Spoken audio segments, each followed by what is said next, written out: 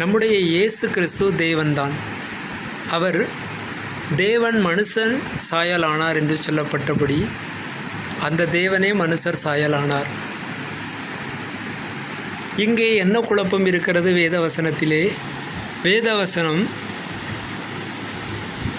கர்த்தராகிய தேவன் என்று கர்த்தரை தேவன் என்று சொல்லுகிறது, பிதாவாகிய தேவன் என்று பிதாவை தேவன் என்று சொல்லுகிறது, தேவன் ஆவியாயிருக்கிறார் என்று ஆவியானவரை தேவன் என்று சொல்லுகிறது. இஸ்ரவேலே கேள், உன் தேவனாகிய கர்த்தர் ஒருவரை கர்த்தர் என்று வேதவசனம் சொல்லுகிறது. இங்கே 3 ஆள் தத்துவங்கள் காட்டப்படுகிறது. மூவரும் தேவன் என்று தனித்தனியே சொல்லப்பட்டுள்ளது. இந்த 3 ஆள் தத்துவங்களும் தேவன் என்றால் 3 தேவனா? வேத வசனத்தின்படி ஒருவரே தேவன். எனவே ஒரே தேவனுக்குள் 3 ஆள் தத்துவங்கள் இருக்கிறது. தம்முடைய சாயலின்படியும் தம்முடைய ரூபத்தின்படியும் மனிதனை அவர் படைத்தார். மற்ற ஜீவ ஜந்துக்களை எல்லாம் அவர் படைக்கும் பொழுது அவர் தம்முடைய சாயலையும் தம்முடைய ரூபத்தையும் கொடுக்கவில்லை. தேவன் அவருடைய சாயலான இயேசு கிறிஸ்து, அவருடைய ரூபமான பரிசுத்த ஆவியானவர்.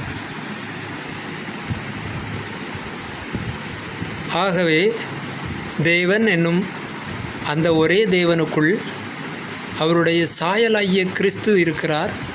அது அவருடைய சாயல். அவருடைய ரூபமாகிய பரிசுத்த ஆவியானவர் இருக்கிறார்.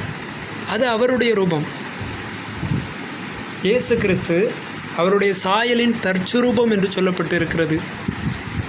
அவருடைய ரூபமாகிய பரிசுத்த ஆவியானவர் புறாவைப் போல ரூபம் கொண்டார். எனவே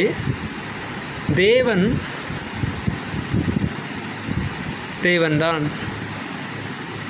அவருடைய சாயல் இயேசுதான். அவரும் தேவன்தான். அவருடைய ரூபம் பரிசுத்த ஆவியானவர்தான். அவரும் தேவன்தான்.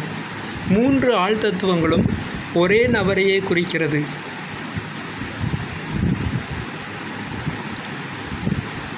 கர்த்தர் ஆதியிலே வானத்தையும் பூமியையும் படைத்தார். அவர் ஏகாந்தமாய் அதற்கு முன்பே இருக்கிறார். அவர் உண்டாக்கப்படவும் இல்லை, சிருஷ்டிக்கப்படவும் இல்லை. அவரே சர்வத்தையும் உண்டாக்கி ஆளுகிறவர். உண்டாக்கப்பட்ட நாம் அவரை கேள்வி கேட்க முடியாது. அவருடைய காரியங்களை அவர் நமக்கு எந்த மட்டில் வெளிப்படுத்தியிருக்கிறாரோ அந்த மட்டிலே நாம் புரிந்து கொள்ள முடியும். உலகத்திலே ஒரு புள்ளியிலும் மிகவும் சிறிதானவர்களாகிய நாம், நம்முடைய மகாதேவன் அவருடைய பாதப்படியை வைக்கும் பூமி, வானாதி வானங்களும் கொள்ளக்கூடாத பரலோகமே அவருடைய சிங்காசனம். அப்படிப்பட்ட தேவனுடைய அனந்த ஞானத்தை, அளவில்லாத ஞானத்தை நாம் அறிய முடியுமா? அவருடைய ஆழ்தத்துவங்களை புரிந்து கொள்ள முடியுமா? வேத வசனங்கள் என்ன விளக்குகின்றதோ அதன் மூலமே நாம் கற்றுக்கொள்ள முடியும். பிதாவாகிய தேவன் அவர் தேவன் என்று வேதவசனம் சொல்லுகிறது. இயேசு கிறிஸ்து அவர் தேவன் என்று வேதவசனம் சொல்லுகிறது. ஆவியானவர் அவர் தேவன் என்று வேதவசனம் சொல்லுகிறது. இதை நாம் திறந்த மனதுடன் ஒப்புக்கொள்ள வேண்டும்.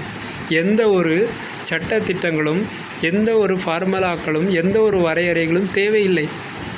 தேவன் என்னை படைத்தார், என்னில் அன்பு கூர்ந்தார், அவர் மனுஷர் சாயலானார், என்னோடு வாசம் செய்யும்படி பரிசுத்த ஆவியானார். அவர் 3 ஆள் தத்துவம் உள்ளவர், மூவரும் ஒருவரே.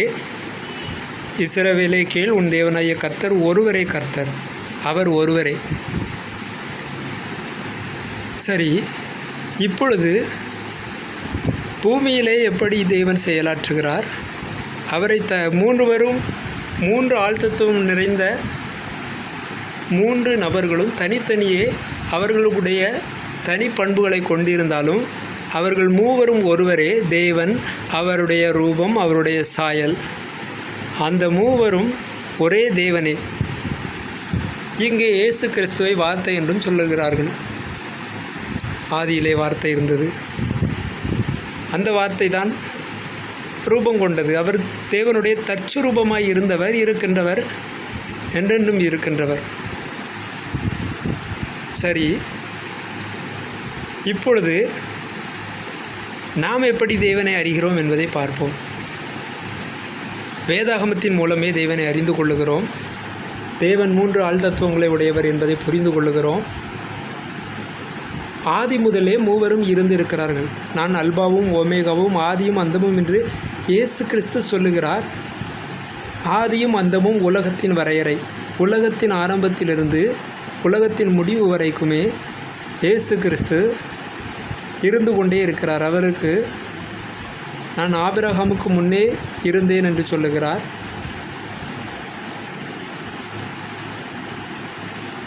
எனவே மனிதனைப் போல அவர் நாளுக்கு நாள் வயது கூடுகிறவர் அல்ல. அவர் பூமியிலே வந்தபோது சிறு பிள்ளையாயிருந்தார், வளர்ந்தார். அது அவருடைய மனித ரூபம். அவர் பூமிக்கு வரும் முன்பு அவர் தேவனாகவே இருந்தார். வேத வசனத்தில் என்ன சொல்லுகிறது? இன்று நான் உம்மை ஜனிப்பித்தேன். அவர் உண்டாக்கப்படவில்லை, ஜனிப்பிக்கப்பட்டார். ஜனிப்பிக்கப்பட்டார் என்றால் ஏற்படுத்தப்பட்டார். அவர் ஏற்கனவே இருந்தார். மனிதனாக, மனு குழந்தையாக, மனுஷகுமாரனாக அவர் நியமிக்கப்பட்டார், ஏற்படுத்தப்பட்டார். இதுவே ஜனிப்பிக்கப்பட்டார் என்பதன் முழுமையான அர்த்தம். தமிழ் வேதாகமத்திலே அநேக வடமொழி சொற்கள் முற்காலத்திலே பேசப்பட்டதால் அந்த காலத்திலே மொழிபெயர்க்கப்பட்ட தமிழ் வேதாகமும் சமஸ்கிருத சொற்கள், வடமொழி சொற்கள் கலந்ததாய் உள்ளது. ஜனம், ஜலம் என்பவைகளெல்லாம் வடமொழி சொற்கள். அதிலே அனுபவமான நமக்கு அது புரிகிறது. அதிலே அனுபவம் இல்லாமல் புதிதாய் படிக்கிற தற்கால மனிதர்களுக்கு அது புரியாது.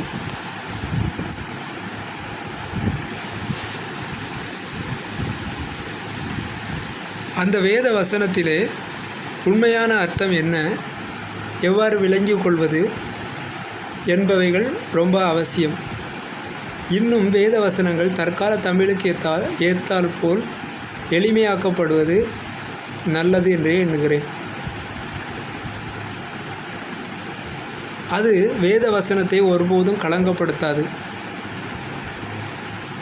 ஏற்கனவே உள்ள வேத வசனங்களை கற்றும் மனப்பாடம் பண்ணியும் இருப்பதால் சபையினர் அதை அப்படியே பாதுகாக்கிறார்கள். அது சரியா என்று எனக்கு தெரியவில்லை. அது மொழிபெயர்ப்பில் அந்த காலத்தில் உள்ள வார்த்தைகள் இடம்பெற்றுள்ளன. உதாரணத்திற்கு மொக்குகள் என்று சொல்லப்படும் வார்த்தை மொட்டை குறிக்கும். அது ஏற்கனவே நம்முடைய சமுதாயத்தில் பேச்சு வழக்கில் இருந்த வார்த்தைகள் தான் இப்பொழுதும் பேசுகிறார்கள். ஆயினும் திருத்திய தமிழ் மொட்டு என்று அழைக்கப்படும். இப்படி அநேக வார்த்தைகள், ஜனம், ஜலம், இப்படி திரளான வார்த்தைகள் வடமொழி சொற்களாய் உள்ளது. ஏற்ற தமிழ் சொற்களை கொடுத்தால் புதிதாய் படிப்பவரும் வேதாகமத்தை புரிந்து கொள்ள முடியும். அது கர்த்தருடைய வேதம். அனைவரும் படித்து புரிந்து கொள்ள எளிமையாயிருப்பது அவசியம் என்றே எண்ணுகிறேன். அல்லவென்றால் ஆங்கிலத்தில் இருப்பது போல இன்னும் கூடுதலான மொழிபெயர்ப்புகளை ஆதரிப்பதும் நல்லது. தமிழ் மக்கள் ஒரே ஒரு ஸ்டேட்டை சார்ந்தவர்கள் என்பதால் இப்படிப்பட்டதான அதிகப்படியான மொழிபெயர்ப்புகளை அவர்கள் விரும்பவில்லை என்றுதான் எண்ணுகிறேன். அது சரியானதாய் தெரியவில்லை. இன்னும் வேதாகமம் தற்கால தமிழுக்கு ஏற்ப சரியான மொழிபெயர்ப்புடன் வெளிவந்தால் நலமாயிருக்கும் என்று எண்ணுகிறேன்.